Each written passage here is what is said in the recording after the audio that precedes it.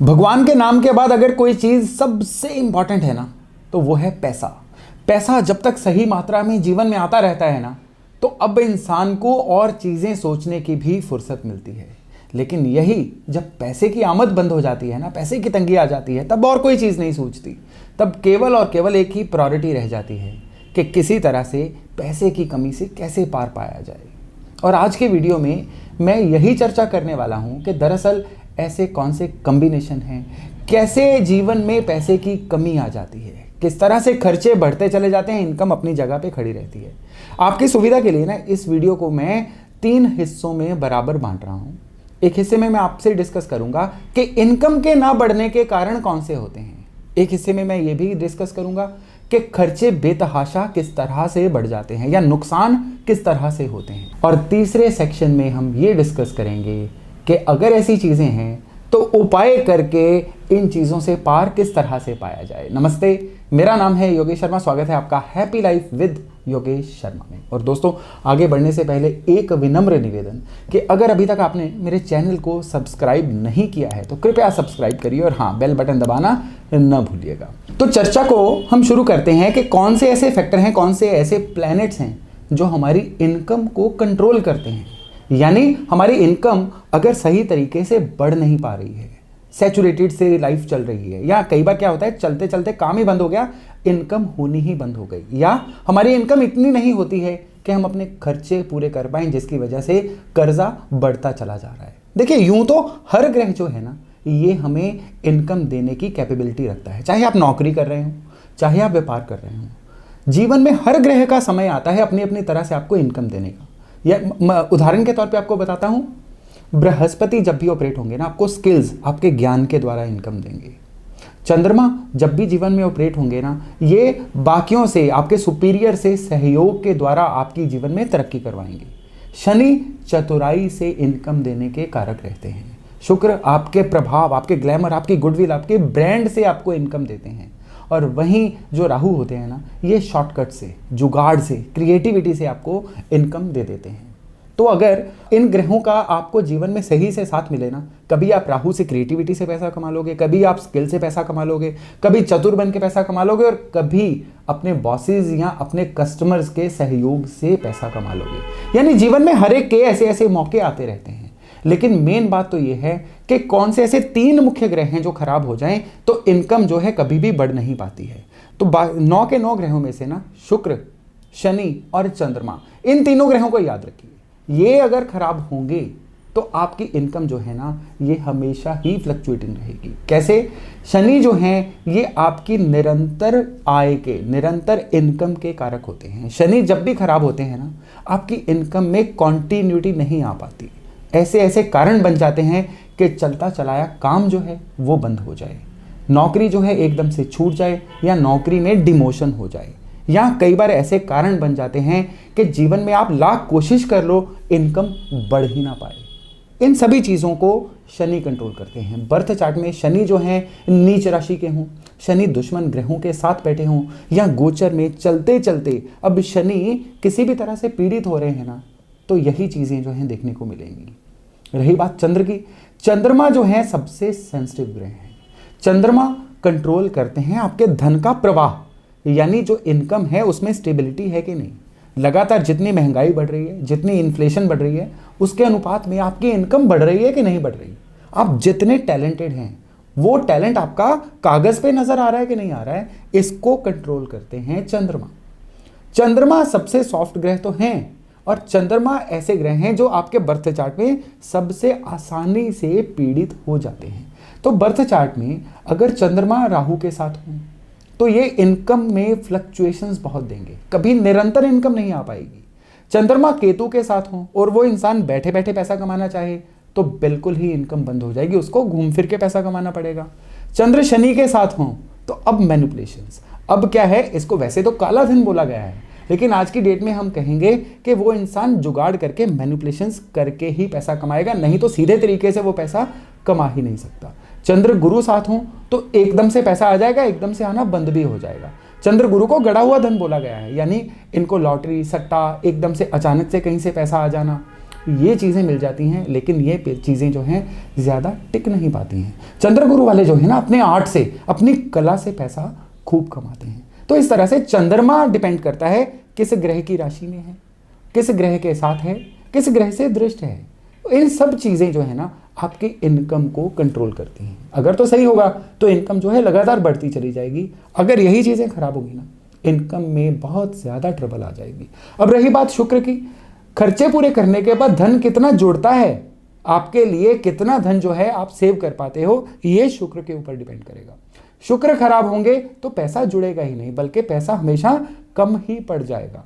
तो इसलिए इन तीनों ग्रहों का बैलेंस होना बहुत ज़रूरी है, तभी आपकी जो इनकम है ना वो स्टेबल हो पाएगी। अब इनकम के बाद बात करते हैं खर्चों की। कई बार क्या होता है कि खर्चे जो है ना हमारे सोचे हुए चीज़ों से अलग हो जाते हैं। यानी किसी बीमारी पे खर्चा हो गया, एक्सीडेंट ऐसा हुआ कि उस पर काफ़ी खर्चा हो गया, या कोई सरकारी पेनल्टी, कोई भी ऐसी चीज़ हो गई जो आपने सोच के रखी नहीं हुई थी और आपकी कितनी सारी जमा पूंजी उन्हीं खर्चों में लग गई, तो आपको पैसे की कमी फील हो सकती है। और कई बार क्या होता है, हम अपनी मर्जी से गैर ज़रूरी चीज़ें ऐसी ले आते हैं जिनकी हमें ज़रूरत ही नहीं होती, और उसका भी नतीजा यही होता है कि पैसे की कमी। बर्थ चार्ट का ना 12वां घर जो होता है ये आपके खर्चों का घर होता है। 12वें घर से कौन सा ग्रह जुड़ा हुआ है ये डिसाइड करेगा अब आपके खर्चे किस तरह के होंगे। उदाहरण के तौर पे अगर 12वें घर से चंद्रमा जुड़े हुए हैं ना तो किस तरह के खर्चे होंगे। अब ये खर्चे जो है ना टेम्पटेशंस पे होंगे, आप ऐसे ही खर्च करते चले जाओगे, गैर ज़रूरी चीज़ों पे खर्च करते चले जाओगे। इवन यहाँ पे चंद्रमा होना तो आपकी इनकम को भी इरेगुलर कर देता है। इंसान कमाने की तरफ नहीं, खर्च करने की तरफ ज़्यादा सोचता है। 12वें घर में शुक्र अच्छा माना जाता है, लेकिन 12वें घर का शुक्र क्या करता है, लग्जरीज पे खर्चे बहुत ज़्यादा करवा देता है। इंसान लग्जरीज पे इतना फोकस हो जाता है कि वो ये सोचता ही नहीं है कि उसकी इनकम जो है कैसी चल रही है। सूरज शनि एक साथ 12वें घर में आ जाए ना, अब इन लोगों को सरकारी दंड, सरकारी पेनल्टीज में इतना खर्चा हो जाता है कि इनकम और खर्चों का तालमेल जो है वो खत्म हो जाता है। बृहस्पति का 12वें घर से कोई रिलेशन बन रहा हो ना, ये इंसान ब्याज देने में ही अपनी इतनी इनकम को निकाल देते हैं कि अब इनको सोचता ही नहीं है कि अब गुजारा कैसे करें। जी हाँ, अगर 12वें घर के बृहस्पति वाले कर्जे में डूब जाएं तो इनकी बहुत इनकम का हिस्सा जो है ये इंटरेस्ट देने में, ब्याज देने में निकल जाता है। 12वां घर जो है ना, ये खाली 12वां घर और ये प्लेनेट का कॉम्बिनेशन नहीं बता रहा हूँ, 12वें घर का लॉर्ड भी अगर किसी प्लेनेट के साथ बैठ रहा है ना, वो भी ये डिसाइड कर देगा कि आपके खर्चों की किस्म जो है किस तरह की होने वाली है। खैर, ये कुछ एक हद तक टेक्निकल बातें हैं जो आप नहीं भी समझेंगे तो भी चलेगा, क्योंकि आपके ज़्यादा समझने लायक सेक्शन रहेगा उपायों का। तो चलिए उपायों की बात करते हैं।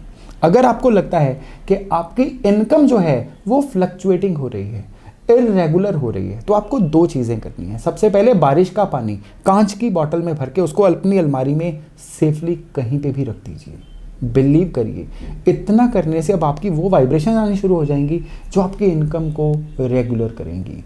तो दूसरा उपाय आपने क्या करना है, चाय पत्ती किसी भी क्वांटिटी में, आधा किलो, 1 किलो चाय पत्ती, इसको सप्ताह में एक बार धर्म स्थान पर रख के आइए, केवल 3 महीनों के लिए। बारिश के पानी को पड़ा रहने दीजिए, चाय पत्ती को सप्ताह में एक बार धर्म स्थान पर देते रहिए। इतना भर करने से आप देखेंगे कि इनकम में जितनी बढ़ोतरी आपको चाहिए उतनी मिलनी शुरू हो जाएगी और खर्चे आपके कंट्रोल होने शुरू हो जाएंगे। ध्यान रखिएगा, ये उपाय केवल तब भी करना है जब आपकी इनकम में फ्लक्चुएशन हो रही हो, कभी इनकम अच्छी हो रही हो और कभी इनकम एकदम लो हो रही हो। अब मैं उपाय बताता हूँ कि इनकम जो है वो तो होने का नाम ही नहीं ले रही है, एकदम से काम जो है बहुत ही डेड एंड में चला गया है। तब आपको क्या करना है, एक स्क्वायर चांदी का टुकड़ा उसको अपने पर्स में, पॉकेट में कहीं पर भी रख लेना है। और दूसरे आपको क्या करना है, निरंतर हर मंगलवार को मीठे पीले चावल बनाकर किसी भी धर्म स्थान पर रख के आने हैं। बिलीव करिए, बहुत ही बढ़िया रेमेडी है आपकी बंद इनकम को दोबारा शुरू करने के लिए। ये रेमेडी अगर आपने सक्सेसफुली कर ली ना, यकीन मानिए 1-1.5 महीने में ही चमत्कारिक असर ये रेमेडी दिखाती है। और अब मैं बात करता हूँ कि घर के वास्तु में आप कौन से ऐसे चेंजेस लेके आए जिससे आपको आमदनी, अठन्नी और खर्चा रुपया इस तरह की चीज़ों का सामना ना करना पड़े। अब हम बात करते हैं कि घर के वास्तु में हम कौन कौन सी चीज़ों को कंट्रोल रखें कि आपको कभी भी इनकम की कमी या खर्चों की अधिकता का सामना ना करना पड़े। जैसा मैंने अभी आपको बताया था ना कि आपकी कुंडली का जो 12th हाउस है ये खर्चों को या लॉसेस को इंडिकेट करता है। आपके घर के वास्तु में घर की जो छत होती है ना, ये आपकी कुंडली के 12th हाउस को इंडिकेट करती है। और इसके साथ साथ आपके घर की रसोई और आपके घर का अग्निकोण यानी साउथ ईस्ट, ये भी आपके 12वें घर से जुड़े हुए हैं। तीनों चीज़ों को सही रखिए, ना छत पे कबाड़ रखिए, छत को साफ सुथरा रखिए, किचन को एकदम से साफ सुथरा रखिए, किचन की जो डस्टबिन है उसको दिन में 2 बार फ्री करके आइए, किचन का जो चूल्हा है उसके नीचे ब्लैक पत्थर मत रखिए। और इसके साथ साथ आपके घर का जो साउथ ईस्ट कोना है उसमें पानी का अरेंजमेंट बिल्कुल ना रखिए, यानी पानी का कोई भी टैप, पानी का कोई भी वाटर प्यूरिफायर घर के साउथ ईस्ट में नहीं होना चाहिए। ऐसा करने से आपके जो खर्चे हैं ना बहुत हद तक आपको कंट्रोल होते हुए नजर आएंगे। और इनकम को सही करने के लिए घर के वास्तु को किस तरह से इस्तेमाल किया जा सकता है, आपके घर की जो पश्चिम दीवार है ना, वेस्ट वॉल, ये बहुत ही इंपॉर्टेंट है। तो घर की पश्चिम दीवार पे ना सीलन हो, ना घर के पश्चिम दीवार के आसपास कोई गंदगी हो, और इवन घर की जो पश्चिम दीवार है उस पर हरा रंग भी नहीं होना चाहिए।